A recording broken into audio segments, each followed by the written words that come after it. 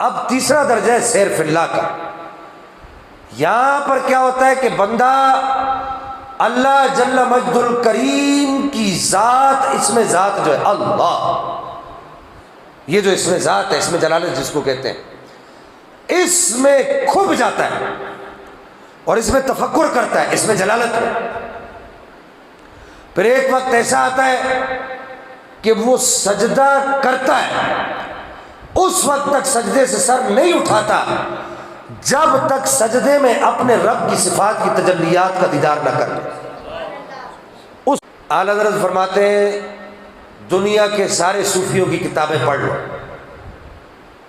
28 سال کی عمر میں یہ دعویٰ کر رہے، میری عمر 40 سال ہونے والی ہے۔ فرمایا سارے صوفیہ کی کتابیں پڑھ لو، سلاسل کی بیت اور ارشاد کا جو معاملہ ہے وہ سیر من اللہ سے شروع ہوتا ہے۔ مولا علی صوفیہ کے امام ہیں، وہ سیر من اللہ کے درجے پر فائز ہے۔ شیخین کریمین اس سے آگے کے درجے والے ہیں، وہ سیر من اللہ پر تو ہے ہی ہے، وہ اس سے آگے وہ سیر فی اللہ پر ہے۔ سیر فی اللہ کا درجہ سیر من اللہ سے بڑا ہوتا ہے۔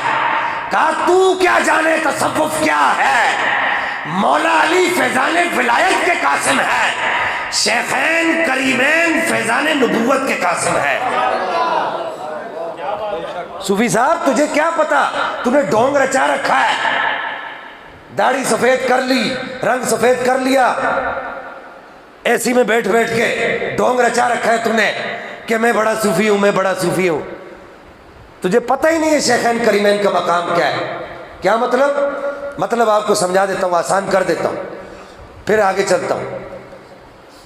فرمایا کہ مطلب یہ کہ نبی کے سینے سے جو فیض نکلا، آپ لوگوں کے لیے آسان کرو، باقی ابھی علماء کو میں نے سبق سنا دیا، آپ لوگوں کے لیے آسان کرو۔ کہا نبی پاک کے سینہ اطہر سے جو فیض نکلا ہے نا، آپ نے جو فیض عطا فرمایا اپنے صحابہ کو، ان میں سے ایک فیض ہے ولایت کا فیض، اور اس میں سے دوسرا فیض ہے نبوت کا فیض۔ ولایت کا فیض چھوٹا ہے نبوت کے فیض سے، نبوت کا فیض بڑا ہے ولایت کے فیض سے۔